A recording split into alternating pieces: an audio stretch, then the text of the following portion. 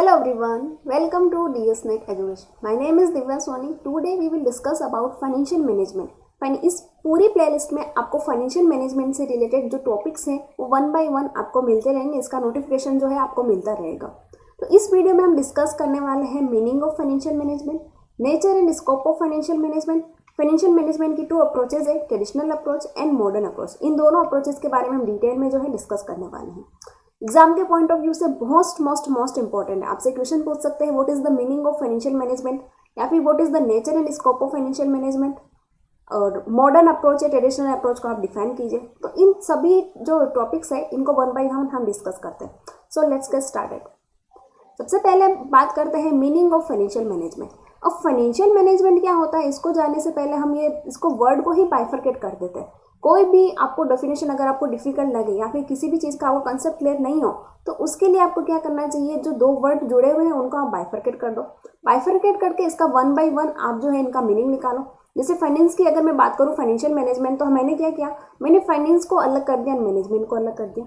Finance का अगर define करें तो वो किसका, फाइनेंस का मतलब किससे रिलेट करते हैं हम लोग, मनी से, या फिर कुछ भी मॉनेटरी टर्म्स, या हम डायरेक्टली बोले तो पैसों से रिलेटेड जो भी एक्टिविटीज़ होती है वो फाइनेंस में आती है. और दूसरा आता है management. Management in the sense manage the thing in proper way. Meaning of management क्या होता है, manage the thing in proper वे. अब इसको दोनों को अपन एड ऑन करते हैं, मतलब कि दोनों को साथ में अगर हमें जोड़े तो इसका मतलब क्या है कि is the managerial activities which deal with planning controlling of firms in financial resources. जो भी मैनेज, हम पैसों का किस प्रकार से मैनेज करते हैं वही फाइनेंशियल मैनेजमेंट आता है. अगर आप डेली रूटीन में, अगर आप एक स्टूडेंट्स भी हो तो आप फाइनेंस, अगर आपके पास पॉकेट मनी मिलती है तो आप उस फाइनेंस, जैसे 1000 रुपये आपकी पॉकेट मनी मिलती है तो आप 1000 रुपये फाइनेंशियल है तो आप उसको मैनेज करोगे नहीं करोगे, या फिर एक साथ ही उसको एक्सपेंसेस कर दोगे. एक साथ उसको एक्सपेंसेस कर दोगे तो आपका मैनेजमेंट नहीं कहलाएगा. हम मैनेज करेंगे, हम बाइफरकेट करेंगे अलग अलग एक्सपेंसेस में. हमारे अगर सपोज करो आपका बर्थडे आ रहा है तो आप बर्थडे के लिए बचा के रखोगे, आपका कुछ और एक्स्ट्रा एक्सपेंसेस हो रहा है तो उसके लिए बचा के रखोगे, आपको सेविंग्स करने के लिए रखना है तो उसके लिए भी अपन मैनेज करेंगे. तो क्या है कि आप मनी का किस प्रकार से मैनेज करते हैं वही क्या होता है फाइनेंशियल मैनेजमेंट. तो अगर कंपनीज में क्या होता है, ऑर्गेनाइजेशंस में, कंपनीज में, वहाँ पर फाइनेंशियल मैनेजमेंट मोस्ट इंपॉर्टेंट रहता है. आप बिजनेस स्टार्ट करने से पहले, मतलब बिजनेस स्टार्ट करने का सोचने से पहले से लेकर आपको कहाँ तक कितना प्रॉफिट अर्न होता है, फिर इस प्रॉफिट को कहाँ पर आपको डिस्ट्रीब्यूट करना है, वहाँ तक फाइनेंशियल मैनेजमेंट काम में आता है. तो अगर मैं बात करूँ मैनेजमेंट, हम लोगों ने बिजनेस मैनेजमेंट में मैनेजमेंट की एक्टिविटीज़ पढ़ी थी, प्लानिंग, ऑर्गेनाइजिंग, डायरेक्टिंग, कंट्रोलिंग. वो सारी एक्टिविटीज़ जो मनी से रिलेटेड होगी, जो फाइनेंस से रिलेटेड होगी, वो हमारी क्या होगी, फाइनेंशियल मैनेजमेंट. तो managerial activities which deals with planning, controlling of firms and financial resources. जो भी फर्म के फाइनेंशियल रिसोर्सेज है उसको प्लानिंग करने में, उसको कंट्रोलिंग करने में, उसको डील्स करने के लिए जो भी मैनेजरियल एक्टिविटीज़ होगी वो हमारा फाइनेंशियल मैनेजमेंट होगा. आई होप आपको फाइनेंशियल मैनेजमेंट का कंसेप्ट जो है, जो मीनिंग है, थोड़ा बहुत समझ में आएगा. फाइनेंस में be defined as the art and science of managing money. कि managing money art and science, मतलब कि आप किस प्रकार से पैसों को जो है मैनेज करते हैं. It includes the financial services भी हो सकती है, फाइनेंशियल इंस्ट्रूमेंट भी हो सकता है. Finance also is referred at the provision of money at the time when it is needed. It is most important. अगर आप ऐसा लिखते हो तो ये तो मोस्ट इंपॉर्टेंट है कि ऐसा नहीं कि आप किसी भी प्रकार की मनी का आप यूज़ कर सकते हो फाइनेंस, आप उसको फाइनेंस बोल सकते हैं. नहीं, फाइनेंस का मेन मीनिंग ये है कि it is as referred as the provision of money at the time when it is needed. जब आपको रिक्वायर्ड हो मनी की, उस टाइम पे आप जब यूज लेते हो उसी को क्या बोला जाता है, फाइनेंस बोला जाता है. Finance function is the procurement of funds and the effective utilization of business concern. अब फाइनेंस फंक्शंस क्या होता है, फाइनेंस का क्या फंक्शन होता है कि आप फंड का किस प्रकार से प्रोक्यूर करते हो, मतलब आप फंड कहाँ से एक्वायर करते हो, पैसों को बिजनेस चलाने के लिए हमें पैसा कहाँ से लगाना है, कितना लगाना है, किस प्रकार से लगाना है, ये क्या है, procurement of funds and utilization of funds. तो इन सभी, ये सारी जो एक्टिविटीज़ होती है, प्रोक्यूरमेंट ऑफ फंड्स से utilization of funds. Procurement of funds मतलब कि how to acquire fund in our business. Utilization मतलब कि it means way to utilize these fund. इसको बोला जाता है procurement of funds and utilization of fund. तो फाइनेंस मतलब कि how to procure and how to utilise the finance resources. इसमें फाइनेंशियल सर्विसेज भी हो सकती है और फाइनेंशियल इंस्ट्रूमेंट भी हो सकते हैं. एक जो हमारे इकोनॉमिस्ट हैं हावर्ड एंड अपटन ने, इन्होंने डेफिनेशन दी थी, financial management is an application of general managerial principle to the area of financial decision making, कि आपके कौन से जनरल मैनेजरियल जो भी प्रिंसिपल्स होंगे वो फाइनेंशियल डिसीजन मेकिंग में किस प्रकार से यूज आते हैं, ये हावर्ड एंड उपटन ने बोला।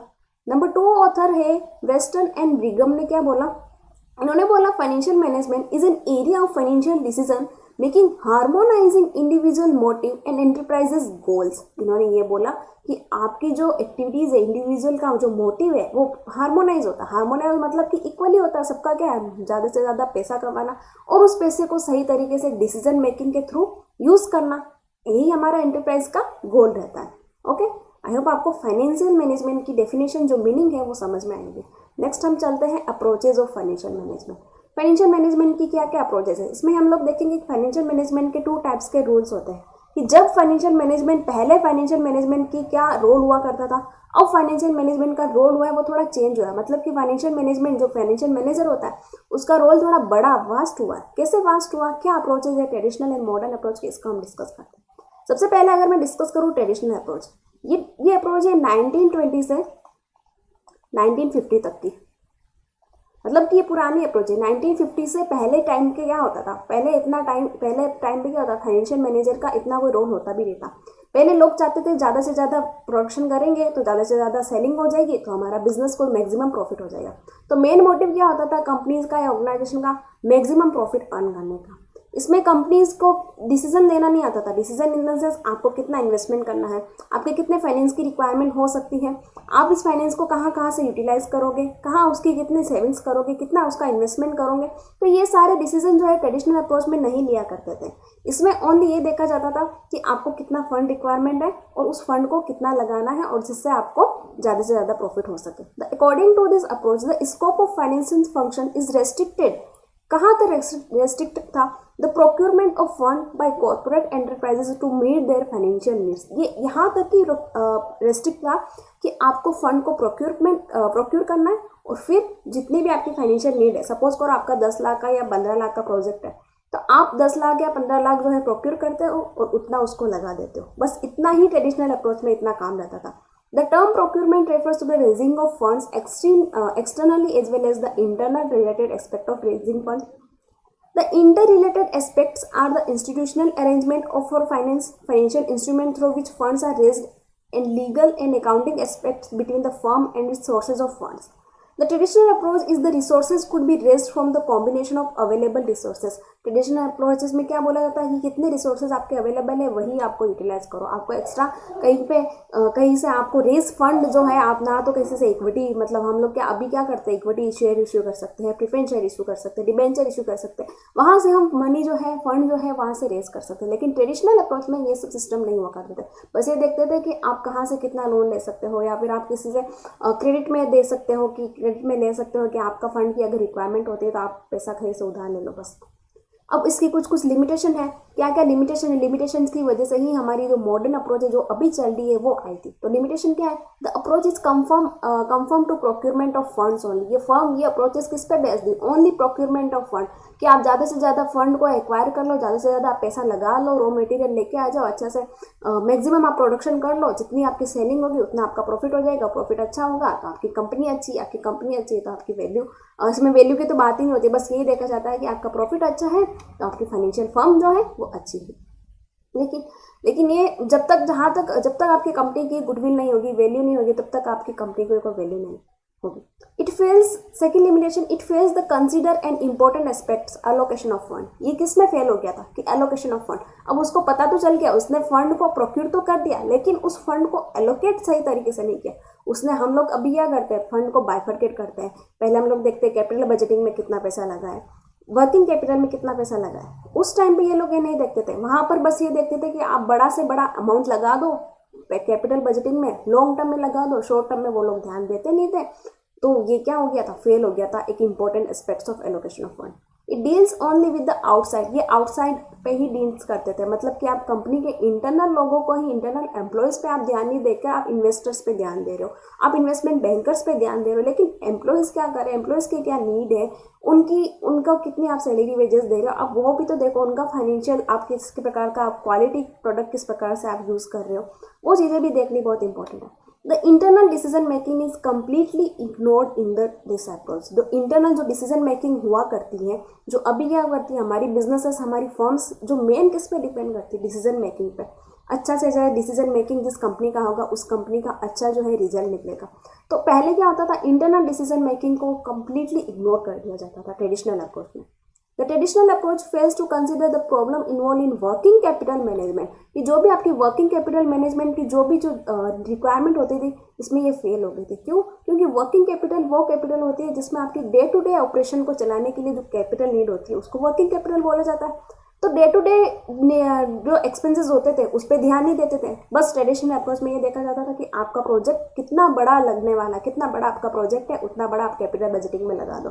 बस वर्किंग कैपिटल में ध्यान नहीं दिया जाता, शॉर्ट टर्म एक्सपेंसेस पे ध्यान नहीं दिया जाता था, जिससे कि ये क्या था, फेल हो गया। तो consider problem of involve in working capital management. And the last limitation is the traditional approach neglected the issues related to allocation and management of funds and failed to make financial decision। ये obvious सी बात है कि आप only procurement पे ही ध्यान दो, पैसा को आप लाने में ध्यान दो अच्छी तरीके से, ना तो आप उसको लगाया है, ना ही आपको मैनेज, ना ही आपने इसको मैनेज किया है, तो ये क्या है, फेल ही होगा फाइनेंशियल डिसीजन मेकिंग में। ओके, तो इन सब लिमिटेशंस के कारण जो 1950s के बाद में एक अप्रोचेज लाई गई थी आफ्टर 1950s, मॉडर्न अप्रोच। तो अब आपको पूछा जाए कि what is the modern approach of financial management, तो आपको इसको डिफाइन करना है। The modern approach is an analytical way to looking the financial problem of the firm. इसमें क्या, एक एनालिटिकल वे में, मतलब कि आप पूरा स्टैटिक्स वे में आपको देखा जाता है, पूरा डिसीजन मेकिंग में देखा जाता है, पूरा एनालिसिस किया जाता है कि अगर मैंने इतना फंड यूज़ किया तो अगर मैंने इतना इन्वेस्टमेंट किया है किसी कंपनी में तो मेरे को रिटर्न कितना आएगा, चलो रिटर्न आ भी गया तो मैं उस रिटर्न को किस प्रकार से मैं डिस्ट्रीब्यूट करूँगी। तो आपके इसमें डिसीजन आएंगे, इन्वेस्टिंग डिसीजन, आपको कितना पैसा चाहिए। हम लोग नहीं देखते कैपिटल बजटिंग में आके आपको कितना पैसा चाहिए, 10 लाख चाहिए, 15 लाख चाहिए, हम प्रोजेक्ट डिसाइड करते हैं। फिर वर्किंग कैपिटल के लिए भी हम लोग रखते हैं कि आपको डे टू डे एक्सपेंसेस के लिए कितना एक्सपेंसेस, कितनी मनी की रिक्वायरमेंट होगी। फिर उसकी हम कैपिटल स्ट्रक्चर करते हैं कि आप डेट से पैसा रेज करोगे या इक्विटी से पैसा यूज़ करोगे। फिर आप इसकी कॉस्ट ऑफ कैपिटल निकालते हैं, कॉस्ट ऑफ कैपिटल निकालने के बाद हम वापस कैपिटल स्ट्रक्चर करते हैं, फिर लीवरेज करते हैं, फिर हम लोग डिविडेंड देते हैं। अगर हमको प्रॉफिट ज़्यादा हुआ तो हम शेयर होल्डर्स को डिविडेंड डिस्ट्रीब्यूट करेंगे, और डिविडेंड डिस्ट्रीब्यूट करेंगे तो कंपनी की वैल्यू ऑफ फर्म जो है वो अपने आप इंक्रीज हो जाएगी। According to this approach, the finance function cover the both acquisition of fund and was as well as the allocation of fund। लेकिन ट्रेडिशनल अप्रोच में ओनली क्या होता था, acquisition, only procurement of funds पे ध्यान दिया जाता है। लेकिन इसमें क्या होता है, एक्विजिशन ऑफ फंड्स पे भी ध्यान है, मतलब पैसा एक्वायर करने पे भी ध्यान दिया जाता है, plus allocation of funds, funds को सही तरीके से एलोकेट करना, मतलब कि आप कैपिटल बजटिंग में भी एलोकेट कर रहे हो, प्लस आप वर्किंग कैपिटल में भी एलोकेट कर रहे हो। Financial management is concerned with the issues involved in raising of funds and efficient and wise allocation of funds। The main content of modern approach का main content क्या होता है, how large should an enterprises be and how far it should grow। सबसे पहले हम लोग ये देखेंगे कि हमारा एंटरप्राइजेस कितना बड़ा होगा, हमारा एंटरप्राइजेस की साइज़ कितनी होगी। कोई भी अगर आप काम स्टार्ट करते हो या आप छोटा सा आप कोई बिजनेस ओपन करते हो तो आप ये सोचोगे नहीं सोचोगे कि मैं अपनी कंपनी को कितना, मेरी एरिया में जो है मेरी ऑर्गेनाइजेशन है जो फैलेगा। आपका ऑर्गेनाइजेशन छोटा है या बड़ा, उसके अकॉर्डिंग आपको क्या चाहिए, बजट चाहिए, उसके अकॉर्डिंग आपको मनी चाहिए। How far it should grow, आप कितना टाइम तक इसको ग्रो करोगे, उसके अकॉर्डिंग आपको फंड्स चाहिए होता है। In what form should it hold its assets, आप किस फॉर्म में जो है एसेट्स को होल्ड करोगे, मतलब कि आप कैपिटल बजटिंग में ज़्यादा लगाओगे या फिर वर्किंग कैपिटल में ज़्यादा लगाओगे। How should it funds require to be raised, आपको जो जैसे आपको 10 लाख रुपए का आपको पता चल गया कि इतना बड़ा मुझे प्रोजेक्ट लगाना है, तो आपका कितना फंड्स की रिक्वायरमेंट रहेगी। Financial management in concern with the finding answer to the above problem. और मॉडर्न अप्रोच में क्या करता है, फाइनेंशियल मैनेजमेंट क्या करता है, इन सभी जो तीनों जो क्वेश्चन है इन तीनों क्वेश्चन के आंसर को फाइंड करने के लिए, प्रॉब्लम को सोल्व करने का काम करता है मॉडर्न अप्रोच में। ओके, आई होप आपको अप्रोचेस जो है समझ में आ गए होगी। ट्रेडिशनल अप्रोच क्या है, तो ट्रेडिशनल अप्रोच की लिमिटेशन को देखते हुए मॉडर्न अप्रोच जो थी वो लाई गई थी। नेक्स्ट, हम लोग बात करते हैं नेचर ऑफ फाइनेंशियल मैनेजमेंट। अब फाइनेंशियल मैनेजमेंट की क्या क्या कैरेक्टरिस्टिकीज है इसको हम लोग डिफाइन करते हैं, वन बाय वन इसको डिफाइन करते हैं। सबसे पहले अगर मैं बात करूं, an indispensable organ of business management. Indispensable organ of business management in the sense क्या होता है कि आप कोई भी बिजनेस, हम लोग सबसे पहले हम बिजनेस स्टार्ट क्यों करते हैं? बिजनेस स्टार्ट इसलिए करते हैं ताकि हम लोगों को ज़्यादा से ज़्यादा मैक्सिमम प्रॉफिट अर्न हो। मैक्सिमम प्रॉफिट अर्न तभी होगा जब हम उसमें फाइनेंस का यूज़ करेंगे, हम मनी का यूज़ करेंगे, हम पैसों का यूज़ करेंगे। जो भी एक्टिविटीज़ मनी से रिलेटेड होगी वो हम बिजनेस में, उसी को हम बिजनेस से जो भी एक्सचेंजेस होता है मनी से रिलेटेड, उसी को जो बिजनेस कहा जाता है। तो बिजनेस मनी से रिलेटेड है तो एक इनडिस्पेंसिबल ऑर्गन है कि नहीं है फाइनेंशियल, जो हमारा फाइनेंस है, तो उस फाइनेंस को सही तरीके से मैनेज करना ही क्या है, एक indispensable organ of business management. Second आता है कंटिन्यूस प्रोसेस। अब कंटिन्यूस प्रोसेस क्या है? ऐसा तो है नहीं कि आपने अपनी कंपनी में बस एक बार फाइनेंस का यूज़ किया, बस आपका काम नहीं, आपको सबसे पहले एक्विजिशन करना पड़ेगा फंड्स का, फिर फंड्स का आपको एलोकेट करना पड़ेगा। एक्विजिशन मतलब कि पहले आपको देखना पड़ेगा आपको कितने फंड्स की रिक्वायरमेंट होगी, आपका बिजनेस कितना बड़ा होगा, उसके अकॉर्डिंग ये कंटिन्यूस प्रोसेस है। बार बार आपको फंड्स की भी रिक्वायरमेंट होती रहेगी, कभी शॉर्ट टर्म फंड्स की नीड होगी, कभी लॉन्ग टर्म नीड्स की होगी, कभी आपको बहुत बड़ा बजट जो है एक्वायर करना पड़ेगा, रेस करना पड़ेगा फंड, कभी छोटे छोटे फंड जो है आपको इश्यूज मतलब शेयर्स वगैरह इश्यूज करके आपको फंड रेस करना पड़ेगा। तो ये क्या है? ये कंटिन्यूस प्रोसेस है। फाइनेंशियल मैनेजमेंट क्या है? कंटिन्यूस प्रोसेस है। Less descriptive and more analytical. जैसा कि मैंने बताया कि ट्रेडिशनल अप्रोच में क्या होता था, बस ओनली एक्विजिशन ऑफ फंड पे ध्यान दिया जाता है, लेकिन यहाँ पे क्या है, मॉडर्न अप्रोच में फाइनेंशियल मैनेजमेंट, जैसा कि हम लोग अब मॉडर्न अप्रोच को ही ध्यान में रख के इसकी कैरेक्टरिस्टिक्स पढ़ेंगे। मोर एनालिटिकल इन द सेंस हम लोग पूरा स्टैटिक्स व्यूज देखेंगे। Statics views in the sense अगर मैंने 10 लाख का प्रोजेक्ट लगाया है तो मुझे इसका कितना रिटर्न मिलने वाला है। अगर मुझे 10 लाख 15 लाख या 20 लाख में से जिसका भी रिटर्न ज़्यादा मिलेगा मैं उसको एनालिटिकल वे में पहला चेकआउट करूँगी। अगर रिटर्न जिसका ज़्यादा मिलेगा मैं उतना उसका प्रोजेक्ट में इन्वेस्ट करूँगी, बस। तो ये क्या है? मोर analytical and less descriptive. Fourth आता है different from accounting function. Traditional approach में क्या होता था कि जो अकाउंटिंग का काम कौन करता था, वो फाइनेंशियल मैनेजमेंट का काम एक अकाउंटेंट, एक सीए कर देता था।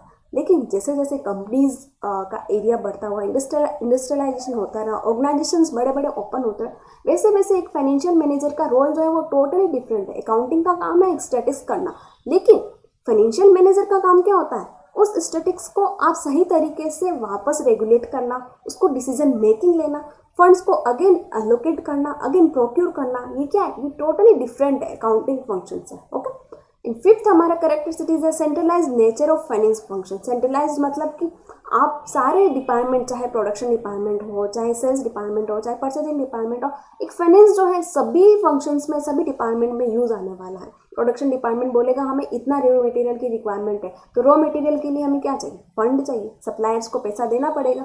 सेल्स है तो मार्केटिंग करनी है, मार्केटिंग के लिए भी हमें पैसा लगाना पड़ेगा। परचेजिंग डिपार्टमेंट को भी पैसा चाहिए, एचआर को भी पैसा चाहिए। तो ये है centralize nature of finance function.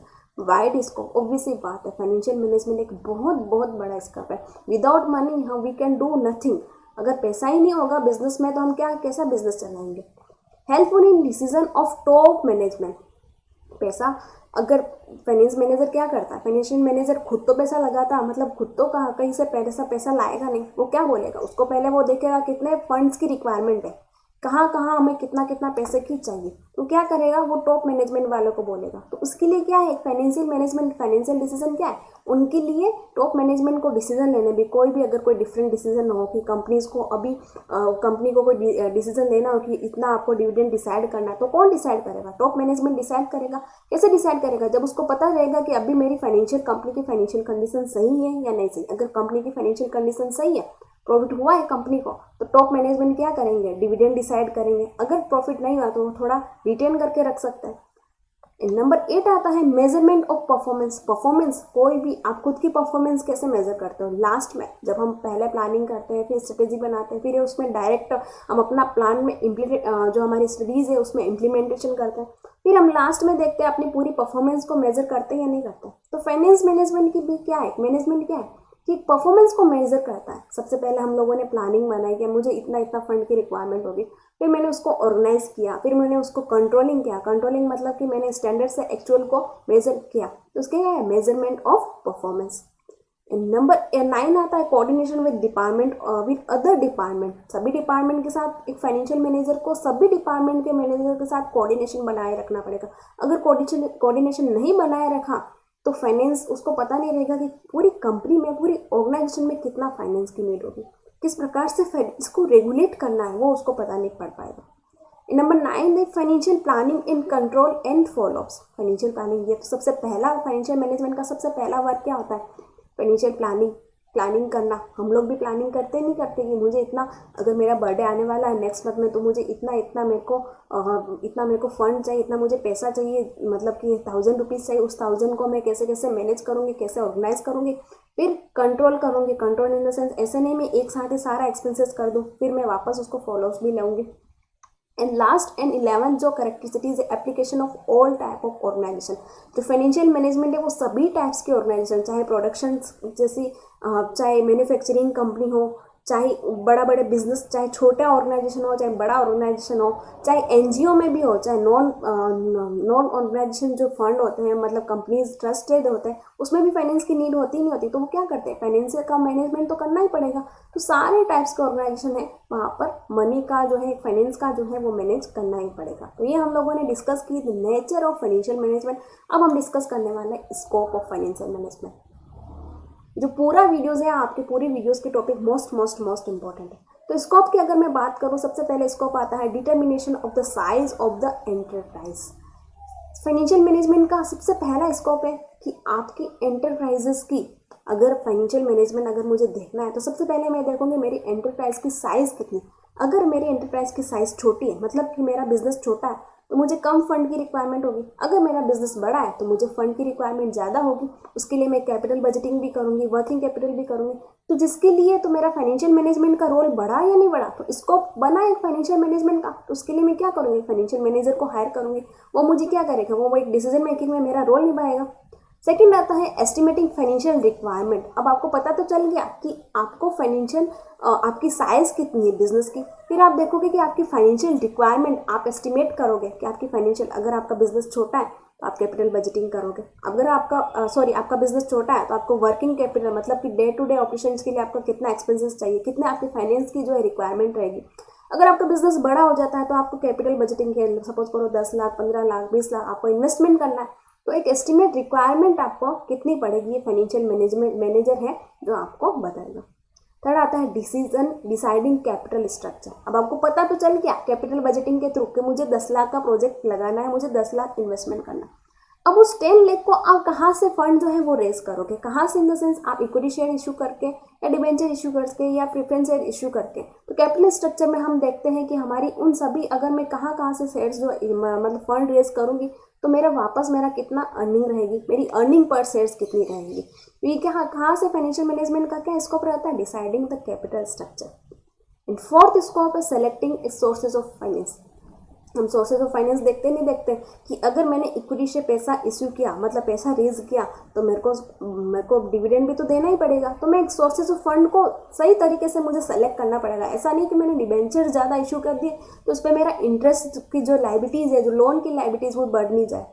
या फिर अगर मैंने इक्विटी शेयर्स या प्रेफरेंस शेयर्स इशू कर दिए तो मेरी डिविडेंड की लाइबिलिटीज़ जो है वो इंक्रीज नहीं हो जाए।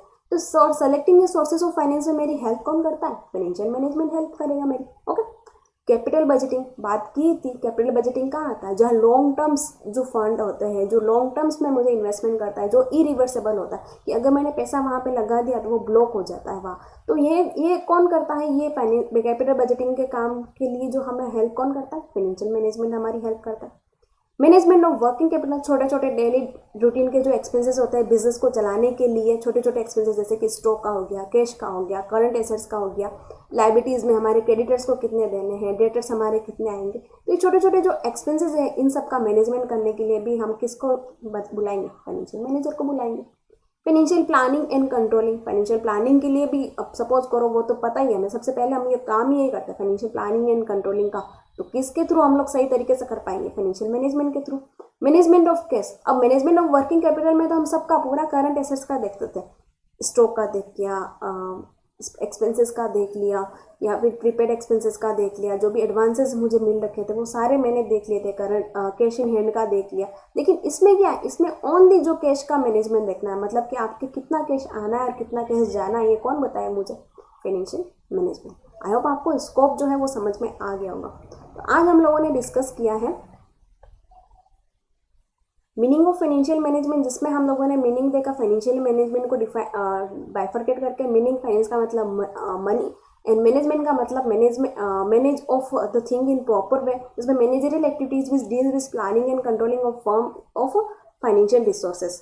फिर अप्रोचेस देखी, जिसमें ट्रेडिशनल एंड मॉडर्न अप्रोचेस की बात करिए। ट्रेडिशनल अप्रोचेस ये कहती थी कि आपको सिर्फ प्रोक्योरमेंट ऑफ फंड पे ही ध्यान दिया जाता था पहले ज़माने में, सिर्फ ज़्यादा से ज़्यादा प्रोडक्शन कर लो, ज़्यादा से ज़्यादा सेलिंग कर लो, आपका प्रॉफिट हो जाएगा। लेकिन इन सब लिमिटेशंस को देखते हुए हमें मॉडर्न अप्रोच लानी पड़ी 1950 के बाद में। जो modern approach I, modern approach ये कहता था कि आपको जो एनालिटिकल वे में, एक स्टैटिक्स वे में जो डिसीजन मेकिंग लेना पड़ेगा। 3 जो डिसीजन होते हैं, investing decision, financing decision and dividend decision, वो मॉडर्न अप्रोच के थ्रू हम लेते हैं। नेचर ऑफ फाइनेंशियल मैनेजमेंट, जिसमें हम 1 बाय 1 सारी फाइनेंशियल मैनेजमेंट की हम लोगों ने कैरेक्टरिस्टिक्स जो है डिस्कस करी। फिर स्कोप ऑफ फाइनेंशियल मैनेजमेंट की, फाइनेंशियल मैनेजमेंट का कहाँ मोस्ट रोल होता है। आई होप आपको वीडियो पसंद आएगा। नेक्स्ट आने वाले वीडियोस में हम लोग इसके फाइनेंशियल मैनेजमेंट के ऑब्जेक्टिव्स डिस्कस करेंगे। देन इसके डिसीजन जो है, 3 जो हमारे डिसीजन है जो मोस्ट इंपॉर्टेंट है, वो भी हम डिस्कस करेंगे। Thanks for watching. अगर आपको वीडियो पसंद आया तो लाइक कीजिए, शेयर कीजिए, और सब्सक्राइब कीजिए, ताकि और भी आपको वीडियोस के जो नोटिफिकेशन है वो मिलते रहेंगे। या जैसे कि आपको करियर गाइडेंस से रिलेटेड हो, आपको सोर्स जो भी डिजिटल लिटरेसी के जो वीडियोज हुए, इकोनॉमिक्स के जो नॉलेज हुए, फाइनेंस का जो आपको नॉलेज गेन हुआ, motivational video, job vacancy, UGC net की प्रिपरेशन कर रहे हो तो उसके लिए भी आपको प्रॉपर गाइडेंस वो है इस चैनल पे के थ्रू मिलता रहता है। BCom, BBA, MCom, MBA, CA, सारे वीडियोस के जो रिलेटेड जो वीडियोस है इस चैनल पे आते रहते हैं। Thanks for watching.